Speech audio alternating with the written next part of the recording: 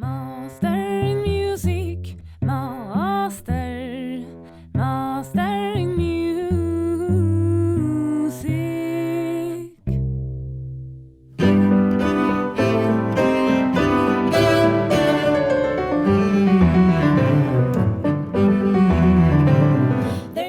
Merry Christmas everyone and welcome to Master in Music. I am Petronella Torin and for today's episode I have a wonderful Christmas gift for you, a triple gift. It is a triple interview with the fantastic swing singing sisters Emily, Josephine and Maria. They are the Hebbe sisters. And these three sisters, they are Sweden's answer to the Andre sisters. And they have something amazing with their three voices and they just sing in the most incredible and innovative and it's like retro and new, modern at the same time. I am blown off my feet. When I hear them, I just can't help myself to dance. The Hebbe sisters, they are mostly known in Sweden for their grand debut that happened in national TV in 2009. They were very young and they just came on the stage and performed the most amazing swing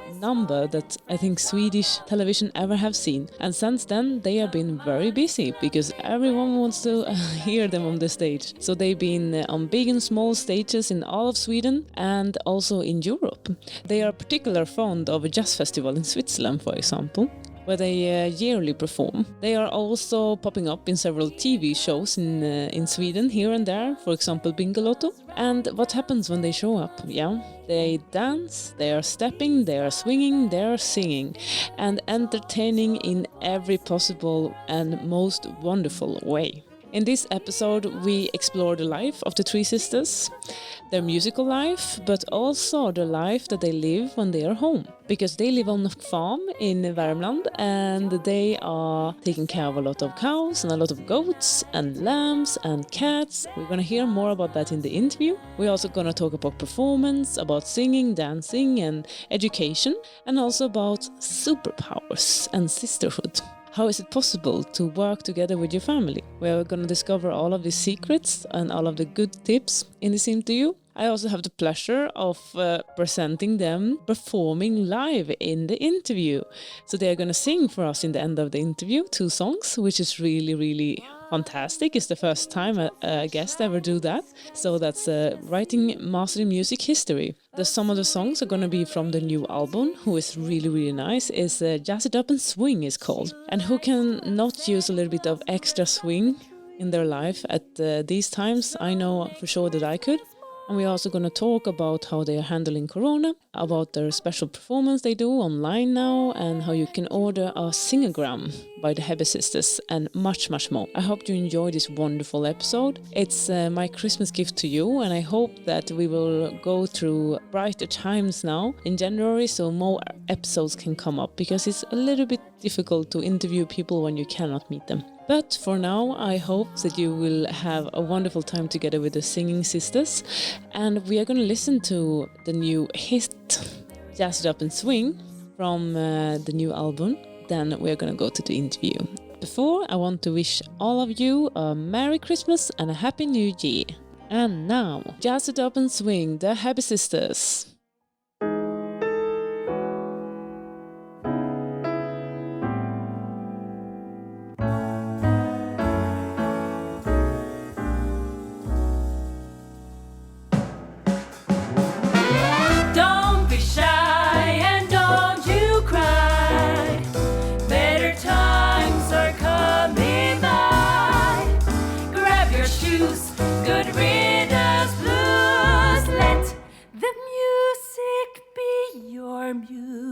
Raindrops may fall outside. What does it matter when you are surrounded by a band that's wailing? Swing your hips, feel the beat. Jazz it up and move your feet. Find the groove. Jazz it up and move, move, move. Have no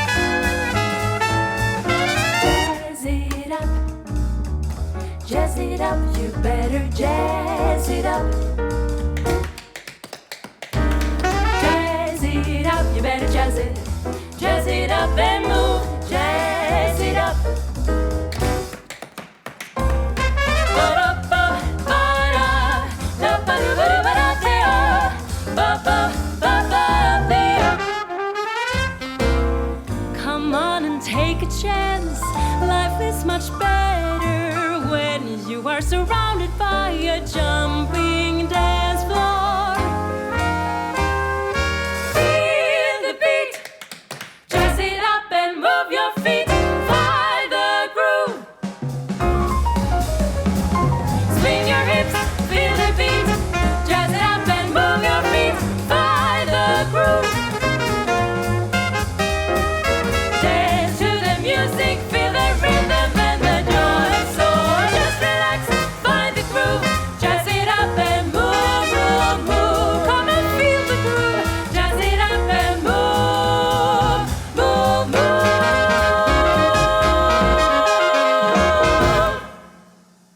Welcome to Master in Music, the Hebbe sisters.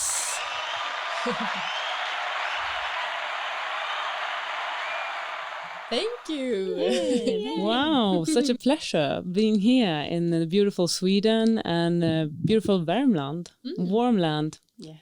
It's a beautiful summer day actually today. We have a little breeze or a little wind outside, but wow, it's beautiful here. So we are sitting in a little cottage, we can call it that, in the middle of the Swedish forest.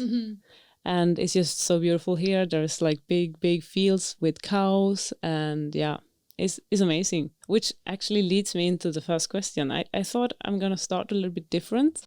Today you are going to present yourself, because now it's the first time for me that I have 3 people that I'm trying to interview at the same time, and 3 people from the same family. So the risk is that the voices are similar.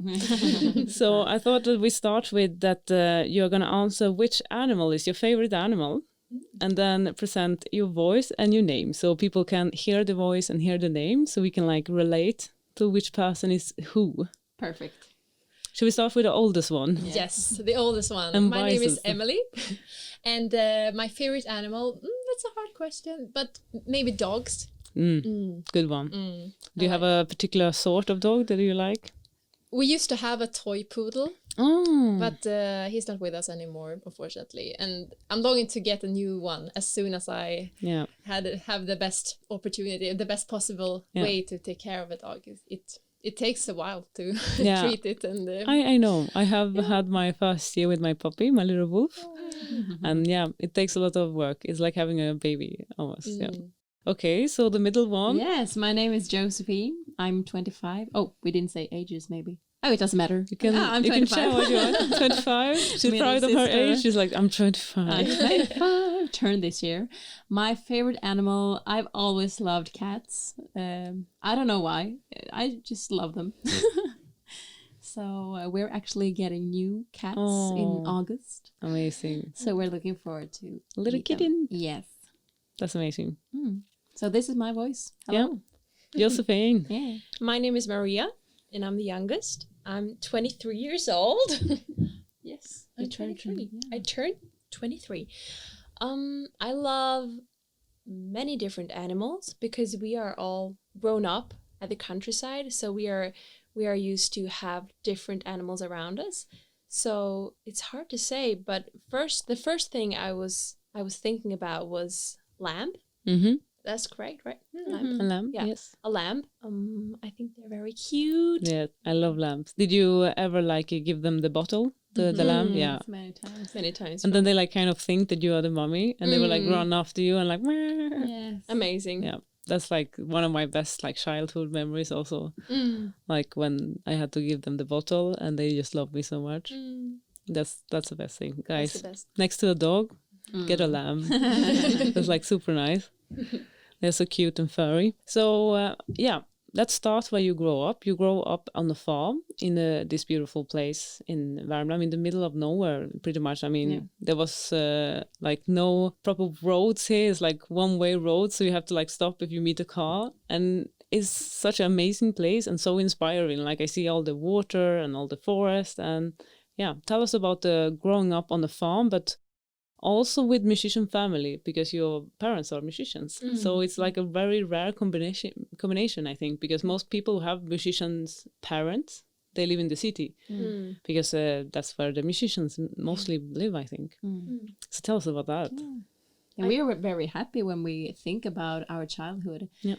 We had a wonderful childhood growing up with animals and the forest around us, and we also get so much inspiration from the nature and being in the silence and just breathe the fresh air. That's Josephine who talks. Yes, that's Josephine. Yeah, and also growing up with animals has been very important to us because mom and dad has always had this idea that a children that grows up with an animal that really gets the empathy and love and to take care of another living creature, that's really important to a child, and I think that has helped us a lot. And also that we grew up with a lot of music around us. I was like dancing when mom and dad were practicing, and so music and to sing or dance or play an instrument to ourselves, it came all very naturally. We just it was a fun game to us.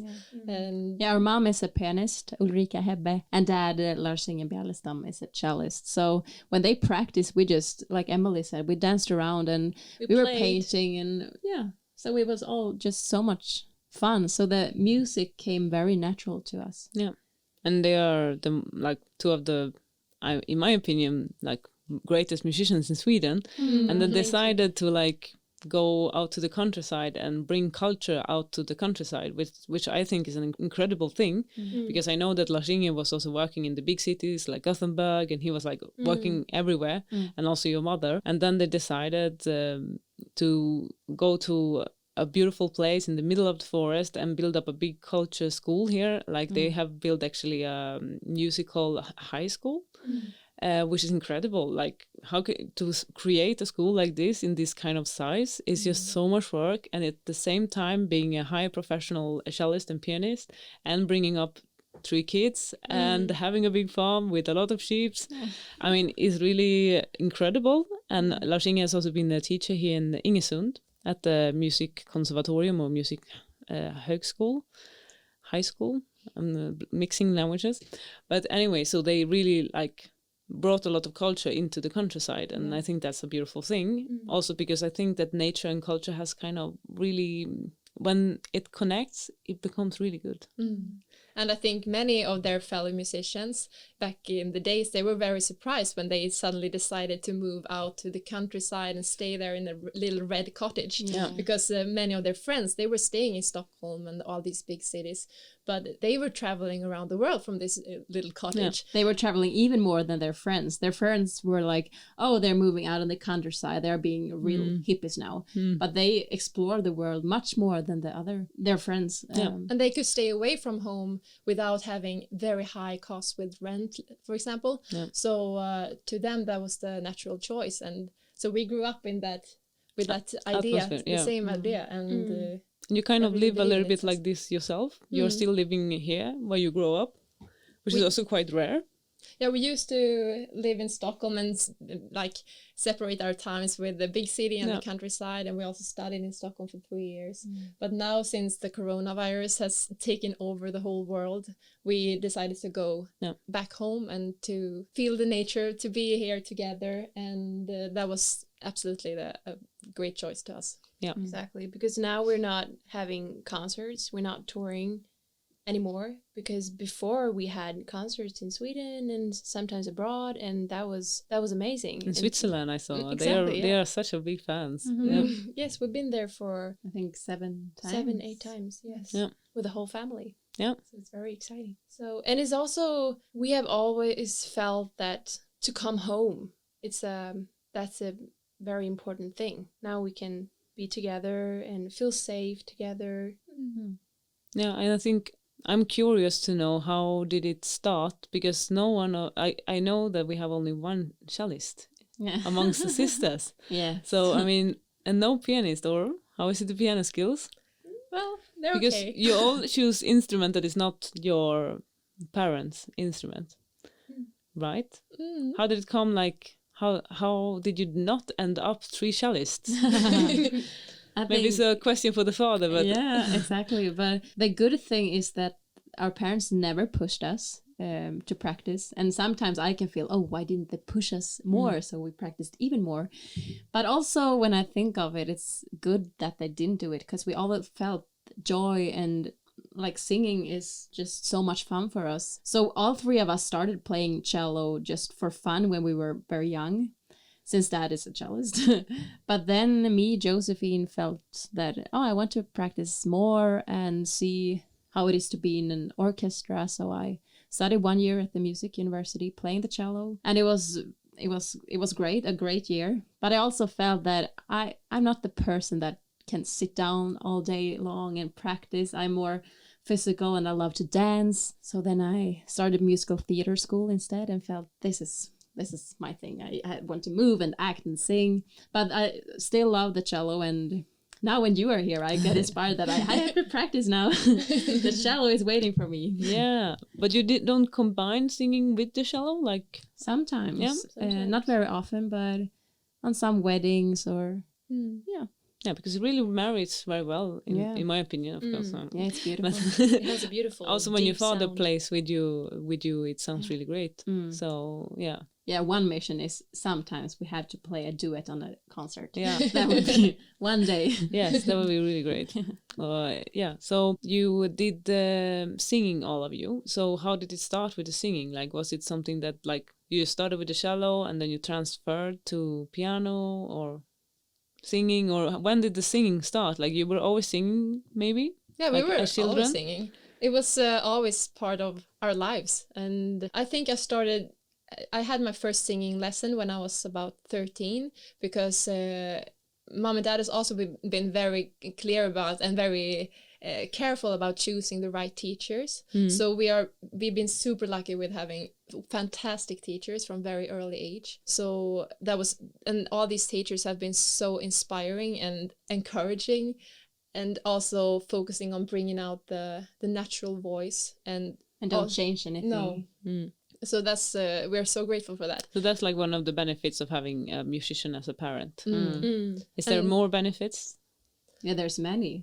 Tell me about those. Yes, they have many like advice of things, like they can help us with things, and they understand our business. Like we have many musician friends, and their parents are not musicians, so sometimes they feel, my parents, they don't understand me, that I want to work with music. They think I should do something else, but I love the music. So we are so grateful that our parents understand that we want to work with music and try this. And both mom and dad has always tried to focus on the possibilities, so I think that makes it easier for us to really believe that we can do this. And also, what was the other thing I was thinking about? They also have a lot of contacts, of course. And since we were very young, we started performing together with them on stage, because we felt like, it seems to be fun up there. It was like a play. Yeah, so thanks to them, we've had the chance to be on stage a lot since very young age. And to get that experience, and to be like in the year of 15, we had been on stage and done hundreds of concerts. And that's not everyone that gets that possibility. So that's to get the routine and the experience to, So I think the singing just started with mom playing the piano, playing like kids songs, and then playing the melody, and we were singing. And our parents are not singers. They can sing, I think, but they are not. They haven't been singing at home for us. So she just played, and we were singing, dancing, and then we were on stage with them, and people liked it. And when we grew older, we also wanted to challenge ourselves more and to bring in more harmony singing. And since I'm the oldest, and I've always been very interested in arranging music, or like listening to music. Well, what is that chord? And I've always been listening very carefully to music. So when I was singing in the choir in school, I brought the sheet music back home. And like, let's try this with the sisters and see what it will sound like. And maybe I rearranged it for 3 voices if the arrangement was for 4 or 5 voices. And I also started listening to the Andrews Sisters, for example. That is a famous swing and jazz group from the 30s, 40s, and learned how to arrange music in their style. And to learn that jazz singing vocabulary, that's really helped me a lot when I'm now doing my own arrangements from scratch. And So listening to others and kind of trying to find their recipe is like really good. And I guess like growing up, you had to go to concerts because your parents were playing. So maybe that also like inspires you because you were really like in the concert place and in the concert halls listening, and when they were repeating at home, and I guess they brought home other musicians as well to practice. So it was like always exposure. Yeah, that's a very important thing that you're mentioning now, because all that you said has had a huge impact on us, and our parents always brought us to all kinds of cultural activities. It could be opera or symphony orchestra, but also a pop concert or a ballet or And I remember Dad brought me to, I think it was Denmark. I think I was only like 5 years old, to Rostropovich. Oh yeah, the famous cellist. And for me, like when I was 5, I was so bored. It's hard to say now, but so already then I was exposed to great classical music, but I didn't understand it then. But now when I see the picture with me like hugging Rostropovich, it's like wow. Yes, that's really cool. Yeah, I think it was I had a previous episode with the Danish cellist Nils Ullner, and he was playing during that masterclass, like that very one with Rostropovich. Oh, wow. So I think we can see the strings goes together here. That's really cool. But how is it to be the youngest sister in the family then? Because you have all these musicians in front of you. But you are very, like, in my opinion, you are very, the naughty one. Like Josephine said before we started, she was like, she's the naughty one. I mean, of course, I see you on stage. And I mean, when I first saw the clip on television when your 3 sisters were in the talent show in Sweden, the big one on TV. 2009. Yeah, exactly. There was like, I see the smallest one just like owning the stage like no one else ever owned the stage. And I was like, whoa, this girl, she's just amazing. It's like, she has so much power. Thank you very it's much. It's like the whole family power is just channelized into one person. And you just started the act like, wow. Thank you. Really cool. So how is it being the youngest one? The youngest sister, I think it's both very exciting and also sometimes tough, but I think that's a lot to live up to. But I think it's the same for all of us. To be the oldest has both negative and positive things. For me, I'm a very emotional person, and that helps me very much when I perform at stage to bring out what I think and what I feel, and that helps me to perform and to connect with the audience. So I feel very happy for having that opportunity, and that's the most wonderful part for me, to be an artist, to meet the people and to see in their eyes when you're performing that the emotion that you're bringing out is touching their hearts. Yeah. So to give is actually to give is the best part. And your gift. Yes, it's a gift that everyone, I think, has, and it's a beautiful opportunity to connect. So as a youngest sister, sometimes I compare with my sisters that they're very, very good at many things because they're older and they have maybe developed things before me. So maybe I feel that I'm running, I want to go there as well, but also a bit that they're going that kind of direction, and maybe I can do in my way a little bit, that I have my own life and my own thoughts that I like to do. So, but I guess you're like running after them, like, because I mean, a voice is also like when you are growing up, like all my opera friends, they're always like, I wish I was 30 so I could sing Wagner, you know? So, I mean, it's also like voice, like your voice really changes when you grow older. Exactly. And especially when you're a teenager, it must have been like a little bit like frustrating that you're like, I'm after. Exactly. But I'm coming there. But I learned so much. I'm happy that I'm the youngest because I learned so much from my sisters. At a very early age, I've asked them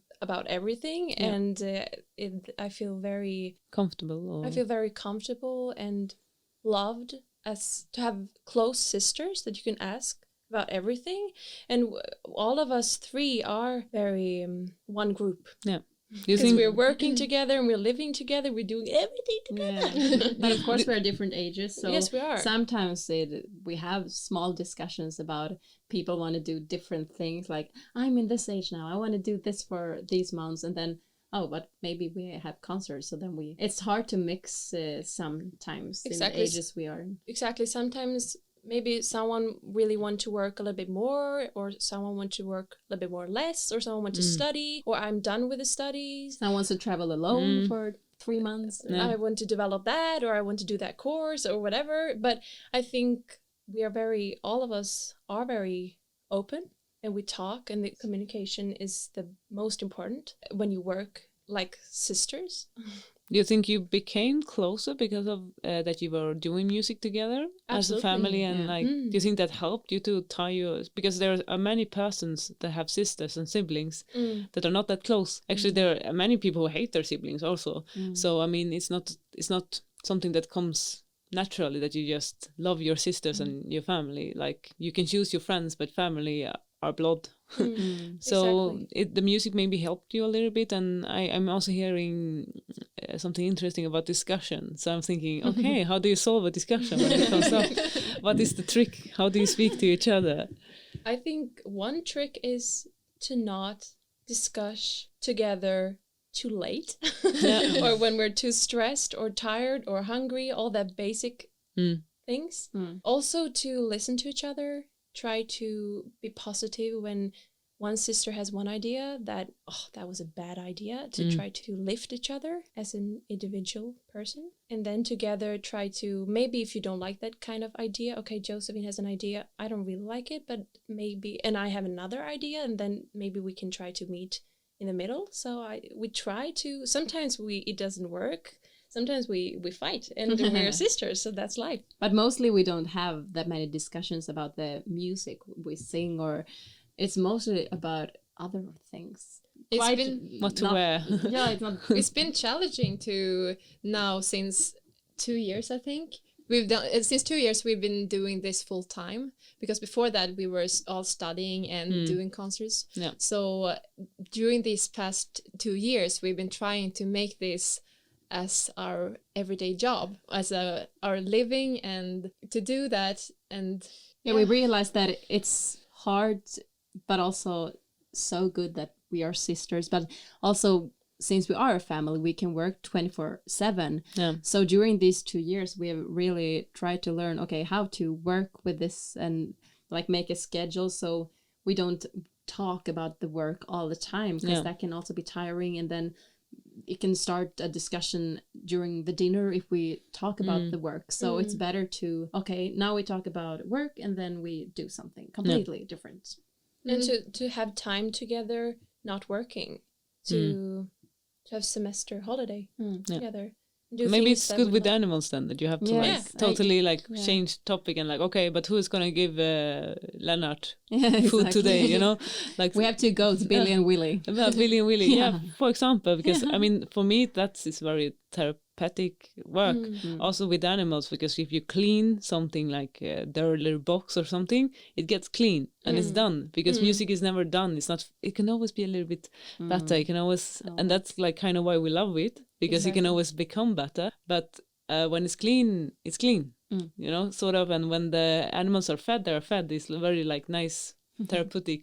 Yeah. It was like for work. a couple of days ago, when sometimes when you're practicing or whatever, and it doesn't go in that direction what you were expected, and you feel, okay, I leave this now, or I want to do something else. Like at home here, we have a lot of cows, so sometimes the cows are doing really not what we want them to do. They're living. sleeping. Yes, they're living life. Yeah. So the small cows are going in one direction, and the moms are going in another direction. And then I just go out and try to have my voice and try to connect them together, and then to see when the cows and the moms and the children are going together, and to see the love, and just stay there in the forest and just watching the kids are eating and they're so happy. That is when you're a part of something big. And I feel in personal that I feel that I get new energy to see something like that. Maybe then you I can also work more. get like connected to what's real, you know, and like what's really important. Like if you do a out of tune note, maybe that's not the end of the world, you know. Maybe like a cow being fed by his mother is like, Yeah. oh, but this is real, you know, this is something that's really important. But it's And- very nice, this cooling that it's a very Swedish thing that we go out and you can like do this kind of special sound that makes the cows calm. Maybe you can give us a sample, like a little. You go up and down. Yeah. So, "Kua, kua." Yeah, it's very cool. And it's also, you can do that and the cows are coming, but if you're not really there and focused on the cows, they're not coming. Yeah. They So feel it. that is something you can put everywhere in your life. Like for us as an artist, to stay on stage, to perform on stage, you have to really be there, because many people in the audience can feel if you're not really there and you're doing it on a repeat. Yeah. Okay, now we say this, we are three sisters and we say that line all the time, and maybe people can feel that. So to try to develop. And How do you have any tricks or any like procedure or something that you do to be in the moment, to be like present and be like, okay, girls, this is it, you know? Because I mean, you really do concerts everywhere. Like you were on a little floating, I don't know, A raft. a raft Yeah. the other day Yeah.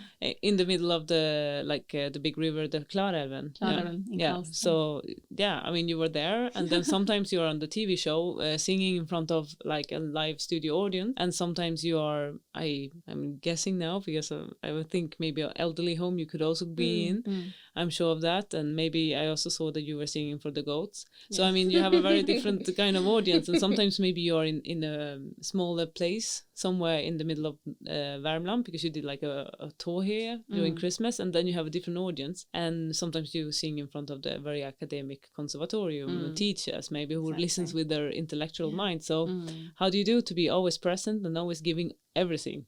I think that variation in venues helps a lot with that, because to go to the same venue every day, I think that will make me a bit more tired of it in a way, even if I could possibly find ways to work around it. Yeah. But I love the variation, to one day be on stage with thousands of people watching and one day be in a room with only 5 people watching. So to me, that's a wonderful opportunity that we have, that we can perform in all these different places. So that helps a lot. And also I found a trick that I can sometimes try to surprise my sisters in the arrangements, because arrangements are they're quite rehearsed and we know exactly what people are going to do, but sometimes maybe I surprise them by singing another dynamic than we've decided, and then to see if are they there with me, they following? Yeah.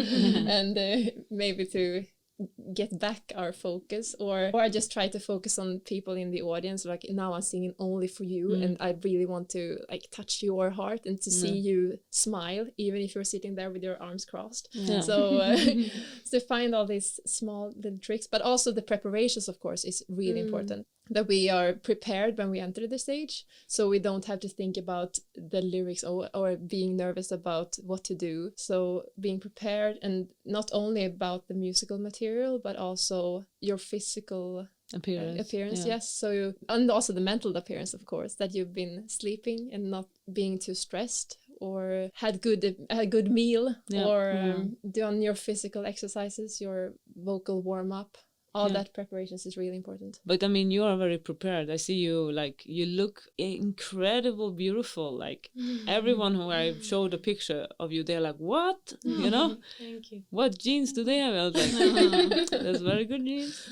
But also Congratulations. another thing is that because we are performing in so many different places, stages, we try to not make it different. That we try to focus on that I am myself. We are exactly the same, performing just for 3 people. It's the same concert. Exactly. If it was thousands. And maybe you even give more if it's only one person, because it's very unique. Yeah, we always situation. love to sing for when you see the audience, and when maybe you can go out to the audience and dance with them. And usually we are very spontaneous on stage, and that always also make every concert unique and special. And maybe we found someone in the audience that looks super excited. Maybe it starts dancing, and then Maria goes out dancing with the person. So that also makes you present, and exactly, because you're alive on the stage. It's not something that is just rehearsed and performed. It's something that is like created on the stage as well. Yeah. And I see that you also dance a lot. You tap dance, you swing dance. I've seen you post on Facebook that, we were on dance camp. Yeah. So you do the whole thing, like you've been creating this kind of great concept with a complete show artist. Like it's more than just 3 people singing together. Like, yeah, we're singing now, but you're a unit. Everything is like really synchronized. It's like the clothes, the hair, the makeup, the singing, the dancing, everything has like is kind of great personality. And I was thinking, like, because as a Swedish person you want to put it in a box, like which box should I put it in? But I'm like, I can't really put it in a box because it's very unique and it's everything, because it's classical, it's jazz, and it's folk, it has everything, all these kind of flavors that you also have in your personality. That makes us so happy to hear, because that's actually our goal. Because some people have said to us early back in the days that, okay, you should only focus on one type of music, otherwise you cannot work with this one type. And then we feel, but we can't. We love all kind of genre, and sometimes it's jazz, and sometimes it's pop or soul or classical. Like we like everything, and so we're really happy to hear that. Yeah, it's really like a great identity, because you're from Värmland, and here, like I think the 60s and the dots are really like in, and people like to dress a little bit like more like the 60s and 50s, and they like the beautiful cars and stuff like this. So you kind of have this kind of flavor, but on the same time you're evolving into the 20th century. But how did you create it together? Because I mean, it's not just something that happens, because this is also work. I know this myself, that it's not just happening, because it's a lot of work. Yeah, it's a lot of work. And I think a lot of these things and this attitude towards music or towards culture in general, I think we got a lot of that from our parents, because they've always been very interested in bringing in different kinds of cultural things, like playing music and reading a poem at the same time, or focusing on good, beautiful lighting, and to mix all these different things together to create an even more powerful experience for the audience. It's visual, is auditive, is hearing, but it's also like you're connecting all the senses. Like when you dance, you feel something kinesthetic going on. And that's also what we enjoy when we are going watching concerts ourselves, when people are thinking about all these different small little details. So like a wider perspective than just the instrument, like more creative. I think that's a great tip for listeners, to think about what you like and try to create that kind of concert that you would like to go to, because that's really a good advice. Actually, what would I like to see? Would I like to see someone standing and singing with the papers? Like, they can also be nice, but maybe it would be even more nice if they looked at me, because if you see the audience, they will also see you, kind of. And I think it's the variation that makes the concert very magical. So for us, it's very important that sometimes we just stand up singing and focusing on your talent, on your gift that you have in your body, that you can sing. And sometimes we want to add dancing and light and everything, but also today, I think many times when I am watching concerts or musicals, it's sometimes too much, and I want to just, okay, how does it sound if I just hear your voice or just the instrument? How good is it? I think it's also very important to find a balance there, to not lose what's your talent, lose your unique sound and the core somehow in the music. And I heard like one teacher in Ingesund when I was studying there, he always said that you can only have one great thing. So he said if you have really great text, the music has to be more simple. With a really complex music and beautiful music, you cannot have a beautiful text, because the two became like, it's too much. Exactly. So he was always saying that you should like, spice one thing that is like the main course, and then the other things, they can be there, but they have to taking the part of the choir, sort of. And I think that's a great, like, I don't know, guideline for some things. I mean, that who arrange a lot of music, it's not possible to always have like a very strong, every voice cannot always be present too much, And I think it's also very important to be aware of how the audience react on what you're doing.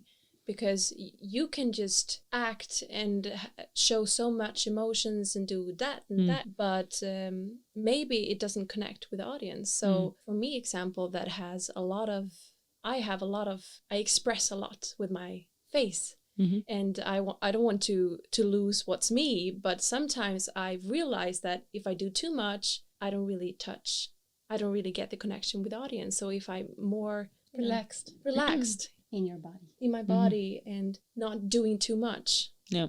someone can suddenly sit there and cry. So What is the craziest experience you have had with the audience? there were so many. Since last year, we've been like singing in senior homes and hospitals in Stockholm. Yeah. So there we've had so many nice memories from like meeting old people who've been. Yeah, it's been wonderful. And also been up north doing this at senior homes. And then I started tap dancing, and it was a man laughing so hard, and suddenly someone was crying, and the phone were calling, and someone were screaming, "Are you married?" And there was there's so many nice memories from these senior home concerts. Maybe older people are also a little bit more liberated, you know, because they like are in the end of their lives, so they don't have anything to lose, you know. Yeah. And then they're like, you know, what the hell, I'm just gonna do it, you know.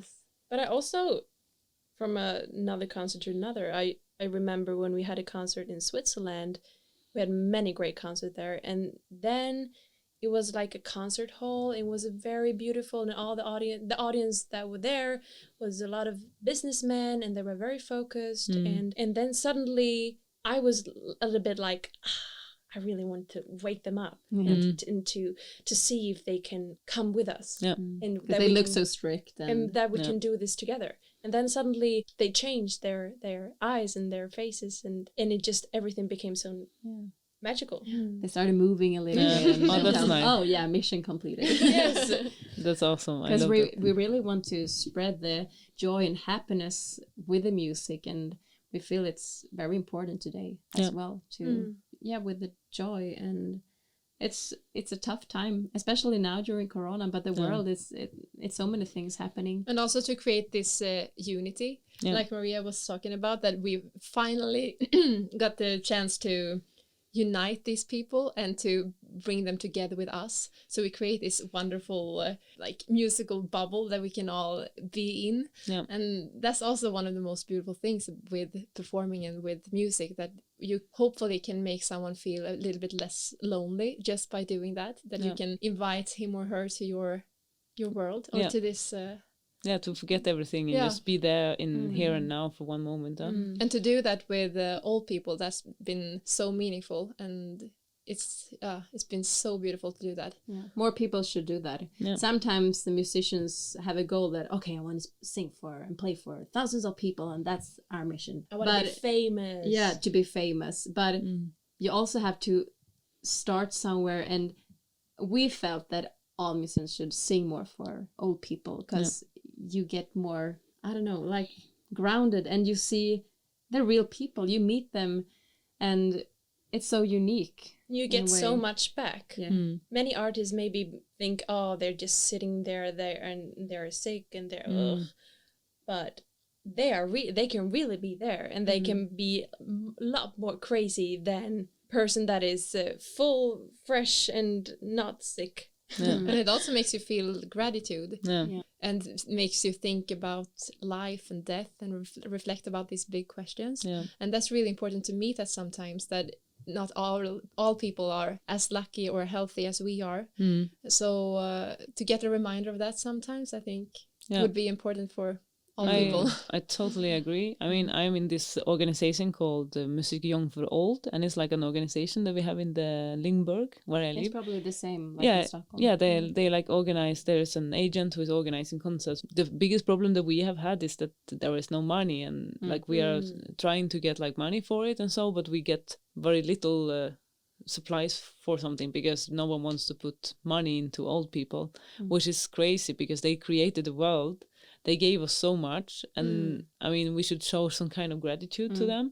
And I also agree that it's such a nice place to have concert in, and you can try out so much things, and you really get direct response and everything. I mean, I love it. I think everyone should be played for in every kind of audience. I think it also creates opportunities for musicians, and we kind of have to seek our audience. And I heard when you said that you're always trying to be present, and I think that you are able to bring your audience into this kind of musical world because you are in it and you are present in it. And if you are present, they will also be present. So you're like coloring each other, you know, it becomes a symbiose when you play a football match, you know, you have like someone to play with. Also, the audience are kind of one kind of instrument in itself. Like I always look at the concert hall as an instrument because it has an acoustic.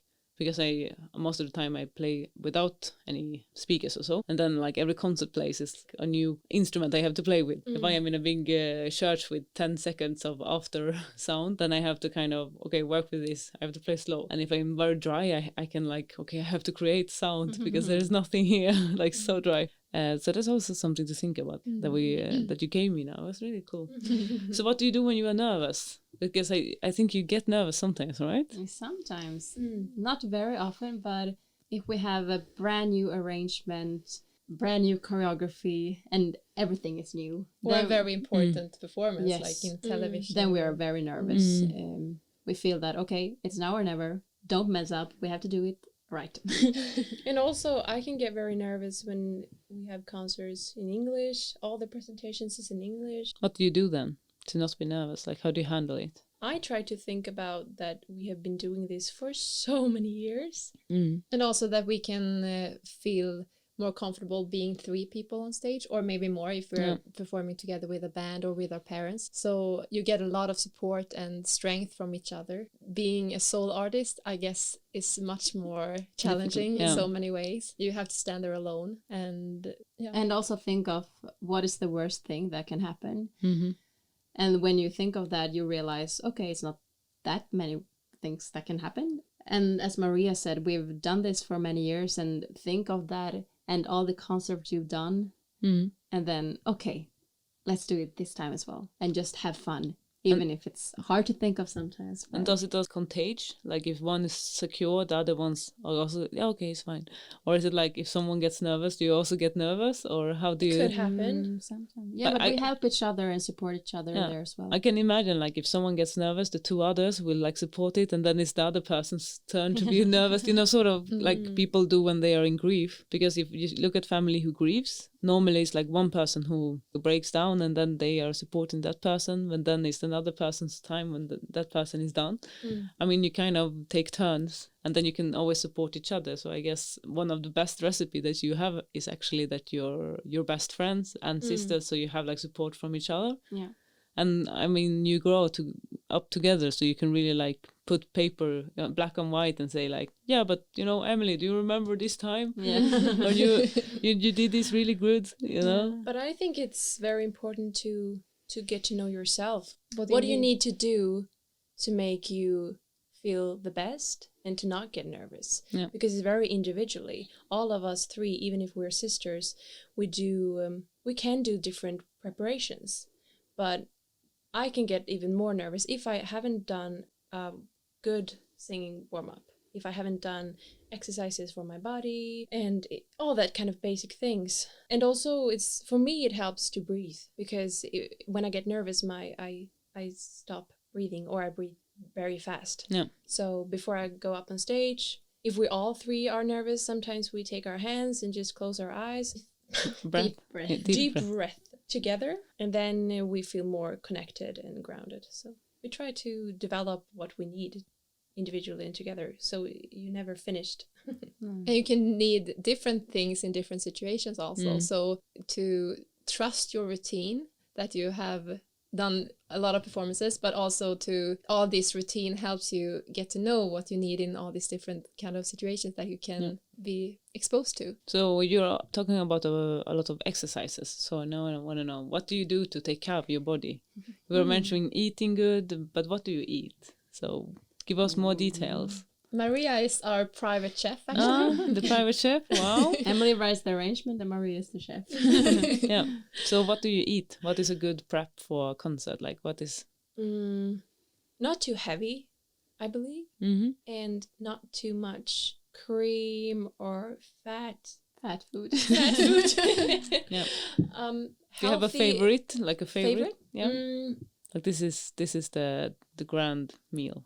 The absolute favorite, but we don't eat it that much, is elk meat with potatoes. Nice. Homemade lingonberry jam and homemade salad. But we don't eat that before every concert. No. A soup. Yeah. A salad. Something fresh. that not makes it too swollen. Yeah. Because kind of when you are singing, you have to use your inside of your body. So if it's full, it's kind of hard to have all the power. Yeah.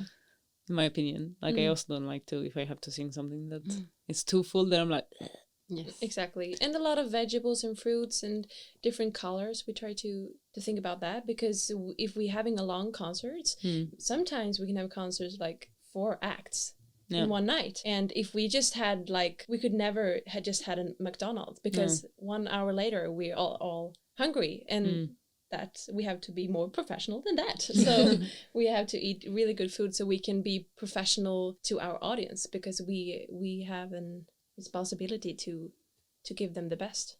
And to plan this ahead, to maybe also bring a snack that you can have in between the sets. Apple. We are very good in planning and like directing. Okay, Maria is doing this, I do that, and then I'm doing this, and then we are done with something we had to do in maybe 1 hour. So And we are also very efficient. Super efficient. yeah. And maybe that also feels like makes you calm. That like okay, everything is under control. That you are like, I did what I could control, so everything is controlled, and then I don't have to worry about this. And we also try to think about to not eat too fast, to have time to eat, because otherwise your stomach gets crazy and everything just gets crazy if you eat too fast. So. And training, what do you do for sports to keep fit? It's individual, and it depends. You dance, on, I yeah, know. and it depends on where we are. If we're here in Värmland, we go out for a walk or a run or bicycle or yoga. But if we are in a city, someone maybe is going to a gym. Me, Josephine, always go to a lot of dance classes. Yeah. Ballet, I love ballet. Lindy Hop, the dance couple. Jazz dance, tap dancing. Do you also just go out dancing for fun, like without having to perform? Yeah, Exactly. Yeah. That's the super best. fun. Yeah. And we have been touring a lot, and I've realized that rubbing bands is a great opportunity to bring your gym everywhere. So I bring it everywhere, literally. So that's and a yoga mat, a travel yoga mat. Yeah. that can get very small in your suitcase. That's great. So I do that. Nice. So I can stand up straight. Yeah, but it also gives you like, I also know that some singers that have those yoga, they say that they sing better because when I don't know what it's called because I don't do enough yoga, but there's something here, what is called the pelvis, or they're always talking about this thing here when you do yoga video, like it's like between the belly button and heart over pulse. Yeah. Yeah, and when that is relaxed, you kind of have the support to sing better. Air. Yeah. We all of us 3 be outside. Yes. And that's always good to get the fresh air before you do the vocal warm up and to be warm in your body before you start to do the warm up singing. Singing warm up. So literally warming up. Yeah. Everything. And your Not brain. only. And sometimes if you don't have time to do a half an hour or a vocal warm up, then it's always more important, I feel, to move your body and to be warm, and then the voice comes naturally. Otherwise you're tense, and if you're cold or... Awesome. So what do you do to calm down then? Do you have any like meditation exercise as well, or? It depends on sometimes where you are. Sometimes to calm down is to just go out. If we have the possibility to have the forest close or nature, just go out and take a slow walk or sit somewhere in the middle of the forest and just listen and hear and feel the atmosphere. And also after a performance, I think to all 3 of us it's important to have a moment to just talk about what we just experienced, to have this moment to let that concert live in us a little bit longer before we just leave that memory behind us, and to talk about all the positive things and maybe things that we could develop until next time, or to just a memory that we come to our mind from that particular performance. I think that is also important to just make us relax and breathe out. It's such a important thing, like to relax and to recover. Like, do you have anything, like if you had a very busy period with a lot of concerts, what do you do then to charge the batteries? Is it going with the animals, or do you have something like, okay, now it's time to recovering to be able to perform even more in the next season or so? Do you have anything like that? It's the basic things. Maybe we sleep a little bit longer, had a long breakfast, go to the forest, and be have out, a swim. be out in the forest. Maybe if you had the possibility, 2 hours, and bring your sandwich and like I did today. I was biking and then I had my breakfast at the beach. Do what you love. Yeah. And to also make sure you have days in your calendar that are completely empty, because that's relaxation to me. That I know that I wake up this morning and I have nothing planned. I can just listen to my mind and my body and feel, okay, what do I want to do today? Yeah. And that's really, really important to have these days. Yeah. And 3 days where you also can have time to do something completely different. Like maybe you go out with a friend playing ping pong, I don't know. Just something that don't have a connection to music and the things you used to do. Do you have any like advice that you would like to give? Like if you would relive your life, do you have any advice for like yourself if you would redo it? Redo it? Yeah, like if you would talk to yourself at 15 years old. I mean, you're not very old, any of you, but it's always interesting to see if like, okay, that maybe I wasn't so good that I did that, or maybe I would have done this instead. I think that the answer will be different depending on each sister. But to me, I think I would tell my 15-year-old me to relax more and to not always walk this extra mile in every project and everything I do, because I'm very ambitious and very interested in many things. So that makes me say yes to maybe a little bit too many things at the same time sometimes, to be a bit kind to myself about that thing. To Everything relax. doesn't have to be perfect always. No. And also, you don't have to be that good in school. I mean, it turned out that I was working with music anyway, so why spend all this maybe I shouldn't say this to the listener, but why spend all this hours working with your maths or your Swedish I don't know, but when you can exercise or practice or do what you love. I see what you mean with the studying. Yes. And I remember you told me, as she was my big sister, she said, okay, don't study too much at the high school and gymnasium. You will study, you will work with music anyway. But it's still hard when you're in school. You want to do the best you can, and still you want to have time to practice. So even if you said that advice to me was hard, it was very hard. Yeah. When I look back of what I've been doing, I don't feel that I think about things that I want to change or I regret something. I feel that every part is something you go through, and it's, even if my sisters are telling me don't do so much in school, it's just, it's a part of me right now that I'm very focused in doing this right now, and then later I realize this and later I realize that. So I think it's a growing part that is part of life, to learn and to develop. So. Yeah.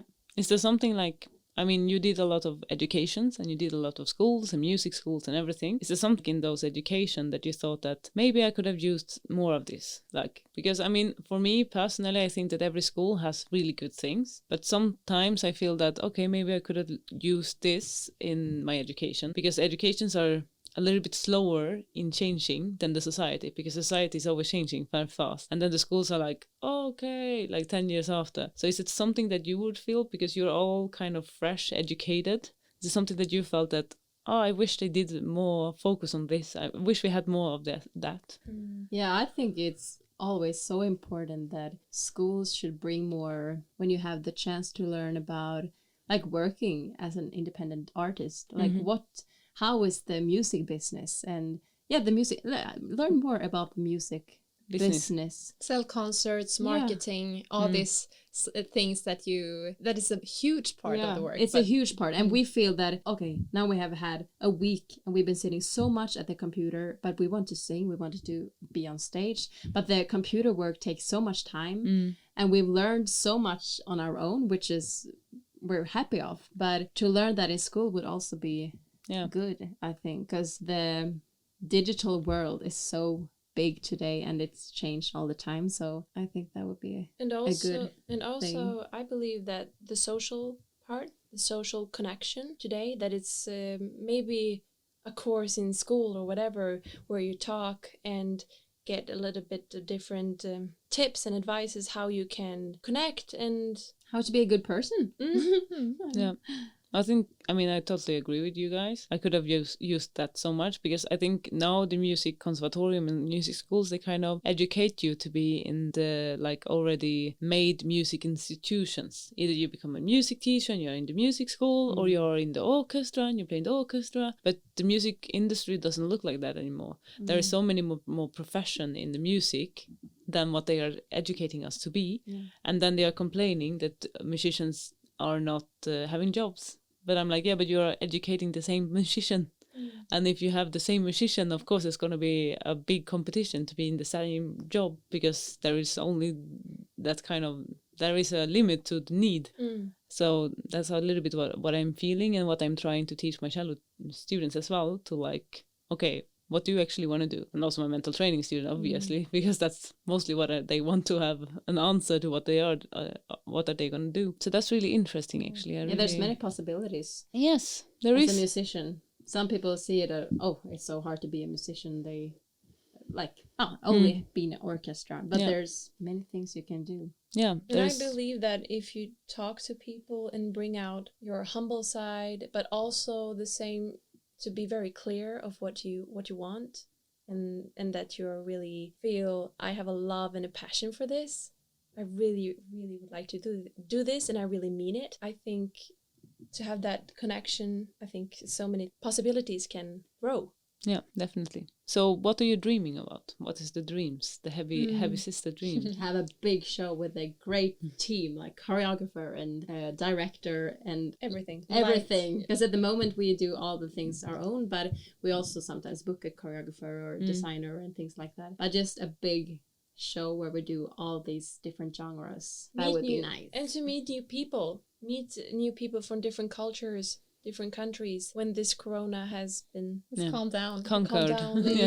And also maybe record more CDs with different kind of music as well. Some people have requested a CD with all these special arrangements of genres, like Life on Mars with David Bowie.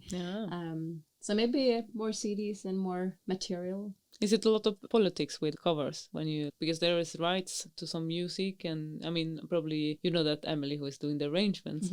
Is there, what is the ground rule for arranging music for an ensemble like this? Do you have any tips? If you are recording it or sell it in a CD, then it's very important to actually have the rights for it. In Sweden or in Scandinavia, I think, we have a Nordic Copyright Bureau where you buy the rights to print a CD or a digital CD. Yeah. Expensive. It's very expensive. How much does it cost for one song? Do you have a... For one song, I'm not very sure. No. But and it also depends on how many physical albums you're going to press. Okay. So, and how many of these released albums that are for promotion and how many that are for selling. So it has a lot of these different politics. Things. Yes. But it costs a lot. Yeah. It's a big part of it. Expense. But if you're posting a video on, let's say, YouTube or Facebook, then it's something completely different. Yeah, then it's cheaper. So that's great to know, actually. And to work with 3 voices, is there something special? Because it's 3 female voices also, so it's not like a baritone and a tenor or anything. Is there a nice recipe you could like share to us? Some tricks and tips? Tricks and tips. To bring out your voice.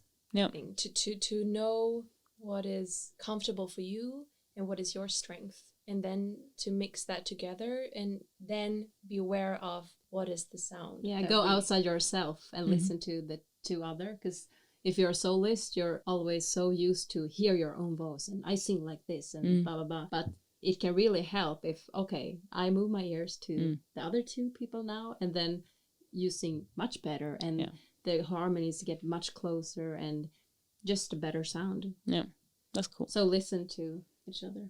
And when I'm arranging, I'm usually very intuitive and very spontaneous. I usually go on my first thought because that's usually the best one. Yeah. And if I'm over analyzing it and taking it 1 or 2 steps further, then it probably won't get as good. So that's maybe a good tips, to go on your first thought. And sometimes and also to sleep on it, to let it rest for a while and then bring it up again and listen to it. Oh, maybe I want to change things after all. But I also have the luxury to arrange music for these two fantastic singers that can sing pretty much anything that I arrange. So I do quite complicated arrangements for singing, and that has a very wide range, because I know that they are both very wide voices.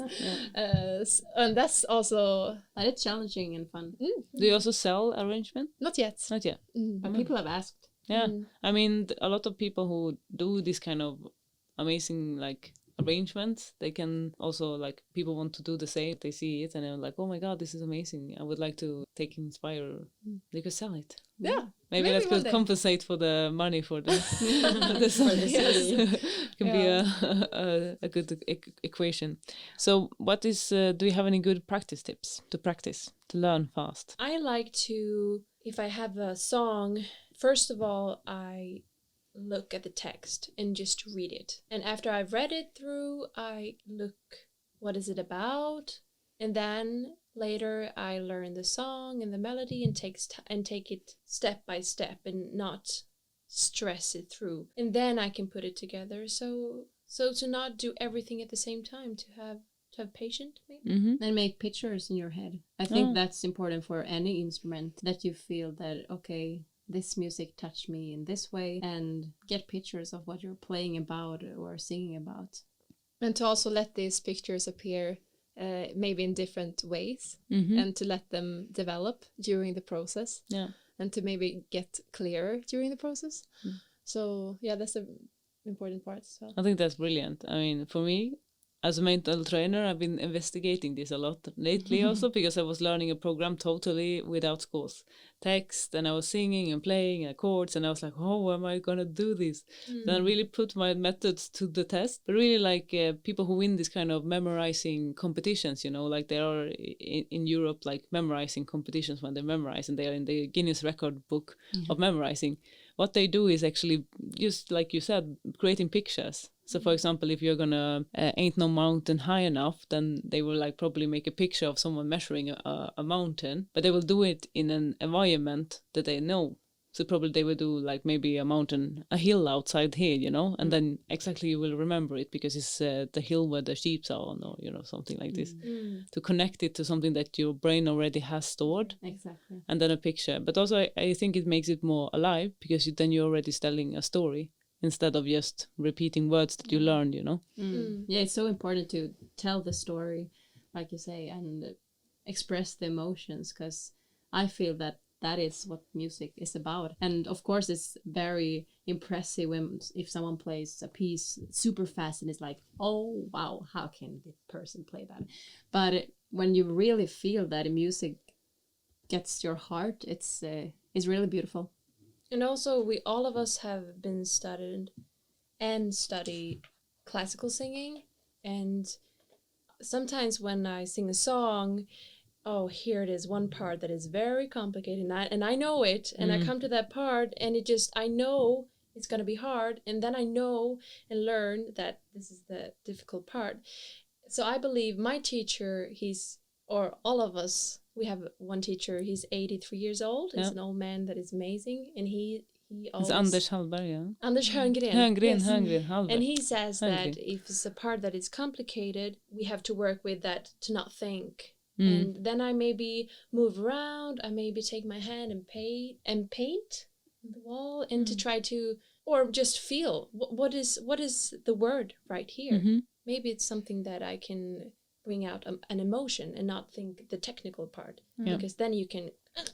And also, we were singing for Barbara Bonnie in Salzburg, the opera singer. Yeah, she's fantastic. And she also said that, like, just breathe down, feel down everything. And that also helps so much for singing, but I think for any instrument, that you're just, like, down in your body, so you're not up, it's grounded. It's like a circle, you're breathing in, connected in your and body, then it's going down, and then it's going in, and it's the same. It's like a circle. Circle of life. Circle of singing. Okay, so I'm checking my notes to see, because we have some listener questions, which is very important. So if you would have a superpower, what would that be? You already have superpowers, but if you have had another one, like a real explosive one, or It would be cool to travel to a place without with just thinking about it. So like I think teleportation. Yes. Yeah. Yeah, I would love that as well. And also be like a mosquito on the wall and also travel. Both. But teleportation would be good. Both you're saving time, but also you're saving the environment a lot. Yeah. So to just think about it, and then we can explore the world without ruining our planet. Wow, that's a really good one. Yeah. It's a hard question. Is it some maybe to be a bird? A bird? To be fly. like this animagus, so you can transform to a bird. Exactly, and to fly and see things from a Above, bigger, another from perspective, from a bigger perspective, and learn from that. That's I really don't cool. know.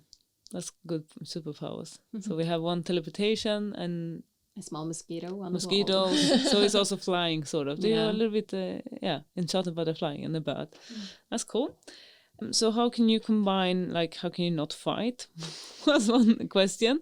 How is possible to work with your relations and your relatives?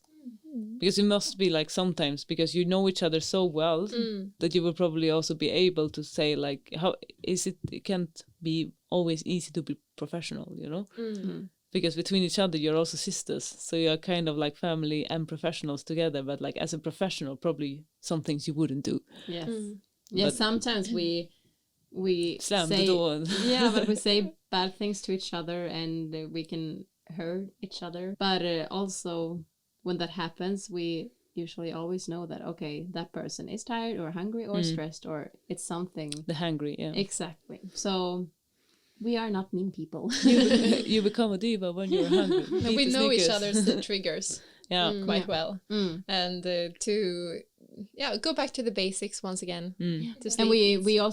we can read each other very well, and that's very positive as well. When you're on stage, we can have our own language, so people can think sometimes, but how do you know when you do this and that? Yeah. We can just read each other's eye connection, and And that is a very positive thing, and I believe that it's also very important to not forget to ask each other, and to because you know each other so well. So sometimes you feel that I don't need to ask that question. I don't need to do that, because You can easily judge or take things for granted, but to also Be able to like actually ask to be like considerate. I feel this. What do you need? Tell me. Yeah. Be and clear. also that we change during our different ages. Yeah. In 5 years, maybe I have a completely different opinion. So you never So know it's about people. important Always to be be- interested. Interested and listen to each other. So repertoire, how do you choose the repertoire for a concert? And It's very different. in many different ways. Sometimes in the audience, someone can come and say, "Can you please do this song? I love it so much." And then we listen to it and we like it, and then Emily arrange it, or we listen to some songs on Spotify and just realize that we usually tailor make is that a word? Yeah. The repertoire for each concert Yeah. to make sure that we are singing music that we think could fit well to that particular performance. Yeah. So and to choose that repertoire, it might take some time to do some research about the venue or the audience that we're going to meet. So that's part of it as well. sometimes we ask. Sometimes we ask our audience. Like now, during the Corona, we have done a lot of live stream concerts, and then we had a special thing called Sister Surprise. So the audience has been writing to us and with their wish, what song they want us to sing. Yeah. And also organizers maybe they have a special wish for their concert, and maybe it's a song they really have a connection to that they want us to learn. And we always follow our gut feelings or our inspiration. Like, I really like this song. We all three have to like the song because if we don't, it won't be a good performance. So And good lyric. Something that we can agree upon. Yeah. About the words and the meaning of it. Yeah, I think it's a good combination. I mean, it's always like to put a program, it takes some time, and you want to have some kind of threads in it. But we usually change the program during the concert quite a lot. Yeah, like but it's good to have a plan at least. Yeah. I mean, we love to mix the genres during the concert, so we have a song for each person more or less. Yeah, that's nice. All people in the audience can like it. Cool. I'm very happy that I had the pleasure to have you in my podcast. Thank And now, lastly, of course, I want to ask you the traditional questions I always ask. So I want you to give advice or an inspiration tip to a person in the music school, to one in the conservatorium, and one who is like yourself, freelancing, professionals, working with music. So that's a very easy one, huh? So one separate tip. Yeah. Or repeat it again, please. For a music school person, so someone is studying in the music school with an instrument, maybe just started, or yeah. I think it could be the same advice for all these three categories somehow. Yeah. To follow your heart and what you love.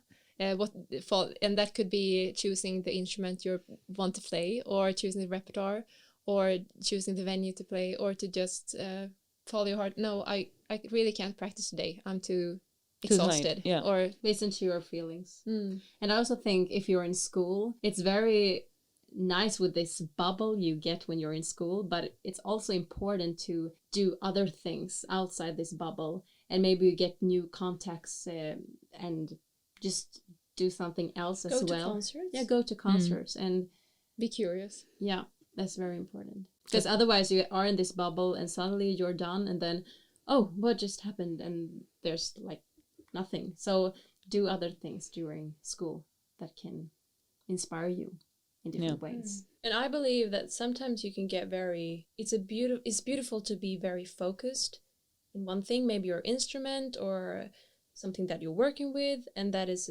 beautiful. But then like Josephine said, to do something else, or to not forget, it's very important to meet new people, to talk and to connect. And because that is the most important thing, is that we have each other. So you're not just studying and working and forget that all the beautiful people and friends around you that want to hang out with you and want to say great things to you, that you should be proud of that, and you're great. Help and support you. To be aware of what's happening around you. Yeah, definitely. I think it's super good advice, actually. And I think it's something that we can always come back to during our life as a musician, because sometimes I think we are bad at getting inspired. Sometimes it maybe becomes a work, and it's a pity, because it's really a big passion, and it always becomes more interesting, when it's something, the kind of flow that we can have. I'm really happy to have you. I know that you have a little song to sing. A lovely one that I had a little sample of. If I haven't torn out your voices after talking so much. No. We're really looking forward. So a live performance in the Mastering Music. Maybe we should do something else than swing. We can do both. All right. Hey.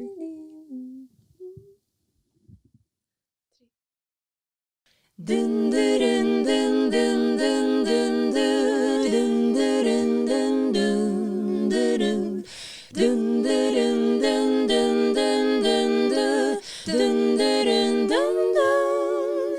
Through the fire, through the limit to the wall, for a chance to be with you, I gladly risk it all.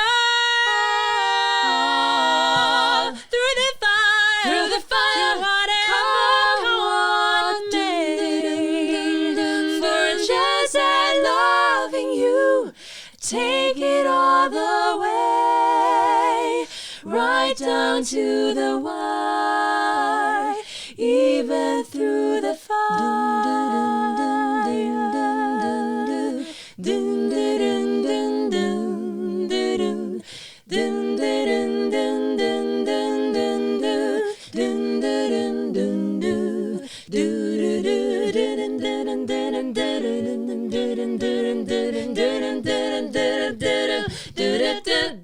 Respect, just a little bit, just a little bit, just a little bit. Whoa, R-E-S-P-C-T, find out what it means to me. R-E-S-P-C-T, just a little bit of soul. Soul, just a little bit of soul. Soul. Clap your hands just a little bit louder. Clap your hands just a little bit louder. Clap your hands just a little bit louder.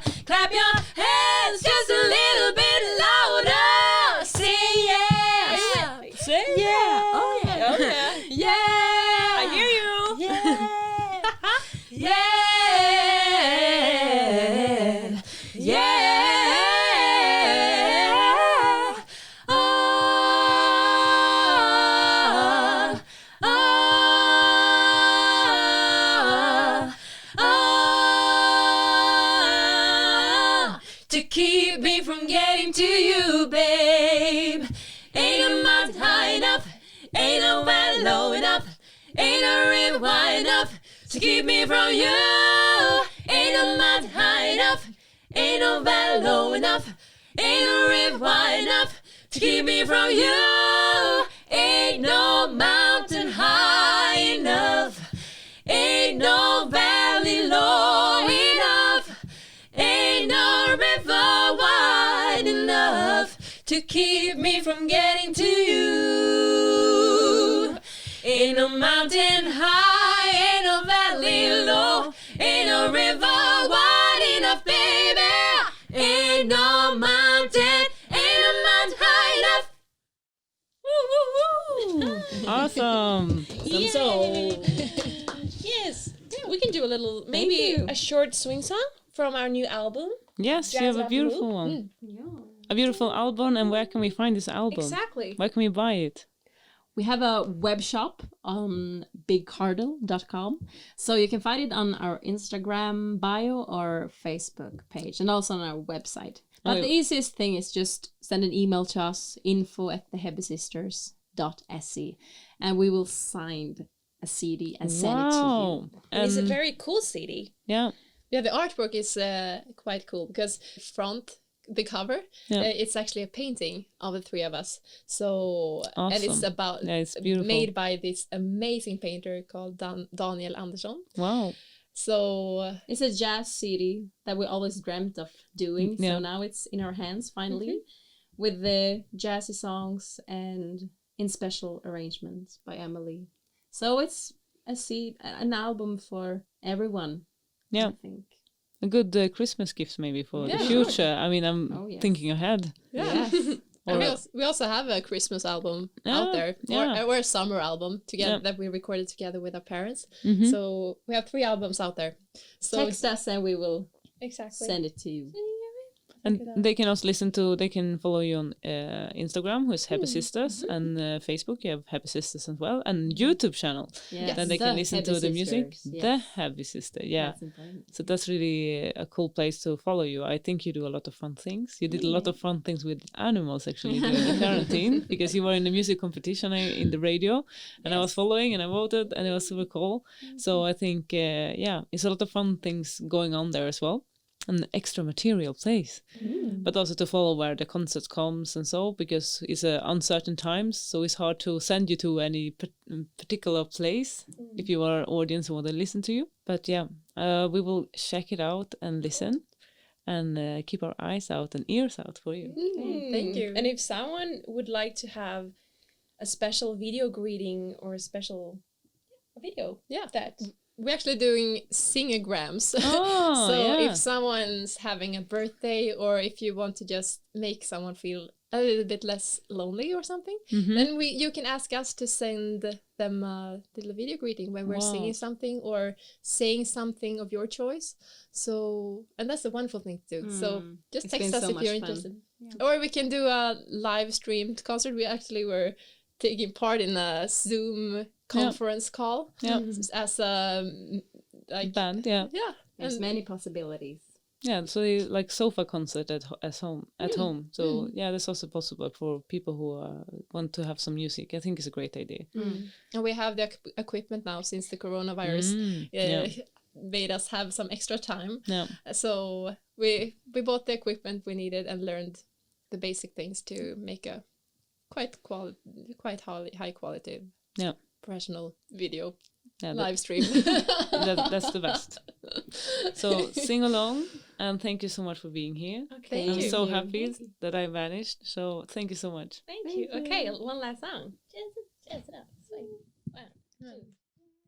Swing your hips, feel the beat. Jazz it up and move your feet. Find the groove. Jazz it up and move, move, move. Have no bow and feeling low. There's a place that you should go. Don't be late, no, don't be late. It starts at 8. You will soon be feeling great. Come on and take a chance. Life is much better when you are surrounded by a band that's willing. Swing your hips, feel the beat. Jazz it up and move your feet. Find the groove. Jazz it up and move, move, move.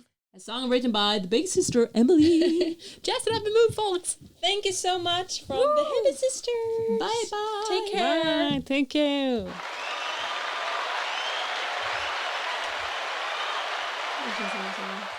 Woohoo. Monster